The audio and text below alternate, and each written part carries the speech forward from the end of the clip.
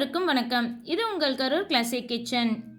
இன்றைக்கி நம்ம பார்க்க போகிறது ரொம்ப சிம்பிளான அதே சமயம் ரொம்ப டேஸ்டியான பாதாம் மில்க் ரெசிபி. ஈஸியாக வீட்டிலே செய்யலாம். எப்படி செய்யலாங்கிறத பார்க்கலாம் வாங்க.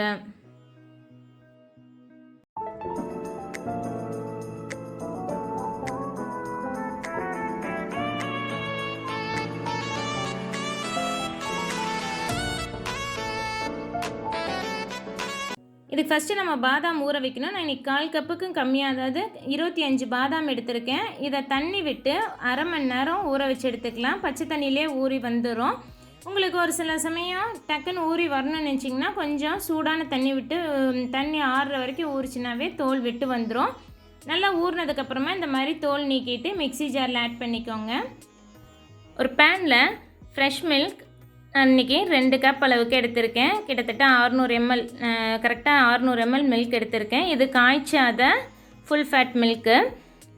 நீங்கள் உங்களுக்கு எந்த அளவுக்கு பால் அதிகமாக வேணுமோ அந்தளவுக்கு எடுத்துக்கலாம். நான் இன்றைக்கி 300 mlங்க டம்ளரில் 2 டம்ளர் 600 ml பால் எடுத்திருக்கேன். பால் நல்லா கொதித்து சுண்டி வரணும். பால் கொதித்து பொங்கி வர்றப்ப அடுப்பை சிம்மில் வச்சுட்டு அந்த பால்லே கொஞ்சமாக குங்குமப்பூ ஊற வச்சுக்கோங்க. பால் சூடாக இருந்தால் தான் குங்குமப்பூ நல்லா ஊறி வரும். குங்குமப்பூ ஊற வச்சுட்டு இந்த பாலில் கொஞ்சமாக எடுத்து பாதாமுக்கு விட்டு அதையும் நல்லா பேஸ்ட்டாக அரைச்சி எடுத்துக்கோங்க. பாதாம் நல்லா நைஸாக பேஸ்ட் வலுவலுன்னு இருக்கணும்னு அவசியம் இல்லைங்க. கொஞ்சம் தருதருன்னு இருந்தால் கூட பரவாயில்ல. அரைச்ச பாதாமை நம்ம சுண்டி வந்த பாலில் ஆட் பண்ணிக்கலாம்.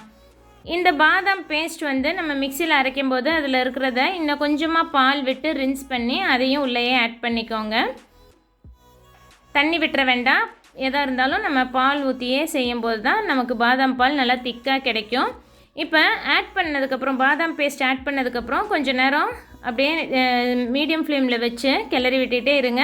சைடில் தங்குற ஆடையெல்லாம் எடுத்து விட்டு நல்லா பால் திக்காகிற அளவுக்கு கொதிக்க வச்சு எடுத்துக்கலாம். நமக்கு பாலில் பாதாம் நல்லா வெந்து வரணும்.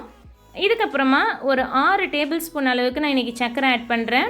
இது சர்க்கரை ஒரு கொஞ்சம் அதிகமாக தான் இருக்கும். உங்களுக்கு வேணுங்கிற அளவுக்கு நீங்கள் பார்த்து ஆட் பண்ணிக்கலாம். 4 டேபிள் ஸ்பூன்லேருந்து 6 டேபிள் ஸ்பூன் வரைக்கும் உங்கள் விருப்பத்துக்கு ஏற்ற மாதிரி நீங்கள் சர்க்கரை ஆட் பண்ணிக்கலாம். கொஞ்சமாக நான் ஏலக்காய் தூள் சேர்த்திக்கிறேன். ஒரு சிலருக்கு ஏலக்காய் தூள் வாசம் பிடிக்காது. பாதாம் பாலுக்கு பாதாம் எசன்ஸ் விட்டால் அந்த வாசமும் ரொம்ப நல்லாயிருக்கும். இப்போ கடைசியாக நம்ம ஊற வச்சுருக்கிற குங்குமப்பூ பாலையும் ஆட் பண்ணி நல்லா கலந்து விட்டுக்கோங்க. குங்குமப்பூ பால் ஆட் பண்ணோன்னே பாருங்கள், கலர் நம்ம யூஸ்வலாக ஹோட்டலில் கடையிலெல்லாம் கிடைக்கிற மாதிரி அந்த கலருக்கு வந்துருச்சு. இதுக்கு வேறு எந்த அடிஷ்னல் கலரும் தேவையில்லை. நம்மளோட பாதாம் பால் குயிக்காக ரெடி ஆகிடுச்சு. இதை நீங்கள் இப்போ சர்வ் பண்ணலாம். பாதாம் பாலை சில்லுனும் சர்வ் பண்ணலாம், இல்லை சூடாகவும் சர்வ் பண்ணலாம். உங்களுக்கு எந்த டேஸ்ட் பிடிக்குமோ அந்த மாதிரி நீங்கள் சர்வ் பண்ணிக்கலாம். நம்ம இன்றைக்கி எடுத்த அளவுக்கு இந்த டம்ளரில் நமக்கு 1 டம்ளர் அளவுக்கு பாதாம் மில்க் வந்திருக்கு. நீங்கள் குழந்தைங்க ஸ்கூல்லேருந்து வர்றப்ப சூடாக ஜூஸ் கொடுக்கறதுக்கு பதிலாக இந்த மாதிரி பாதாம் மில்க் கொடுக்கலாம். இல்லைன்னா இதவே சில்லுன்னு ஃப்ரிட்ஜில் வச்சும் அவங்களுக்கு கொடுக்கலாம். கண்டிப்பாக அவங்க விரும்பி சாப்பிடுவாங்க. உடம்புக்கும் ரொம்ப நல்லது. பாதாமில் நிறைய ஹெல்த் பெனிஃபிட்ஸ் இருக்குது. கடைசியாக மேலே கொஞ்சமாக பாதாம் துருவி போட்டு ஒரு 2-3 குங்குமப்பூ வச்சு சர்வ் பண்ணிங்கன்னா குழந்தைங்க விரும்பி சாப்பிடுவாங்க. பெரியவங்களும் இதை எடுத்துக்கலாம். ரொம்ப இதில் ஃபேட் கண்டென்ட் இருக்கும்.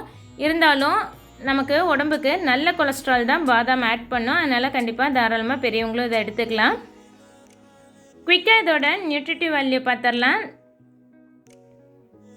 நான் இன்றைக்கி எடுத்த 600 ml மில்க்குக்கு 25 பாதாம் சேர்த்துனேன். இதுக்கு கிட்டத்தட்ட 1 டம்ளர் அளவுக்கு நமக்கு பாதாம் மில்க் வந்தது. இதோட நியூட்ரிட்டிவ் வேல்யூ தான் நான் இங்கே உங்களுக்கு ஷேர் பண்ணியிருக்கேன். உங்கள் வீட்டில் நீங்களும் இந்த ரெசிபியை ட்ரை பண்ணி பார்த்துட்டு எப்படி வந்திருக்குங்கிறத மறக்காமல் எனக்கு கமெண்ட் பண்ணுங்கள். எங்கள் சேனல் இது வரைக்கும் சப்ஸ்கிரைப் பண்ணலாம். சப்ஸ்கிரைப் பண்ணிவிட்டு பெல் ஐக்கான் கிளிக் பண்ணி வச்சுக்கோங்க.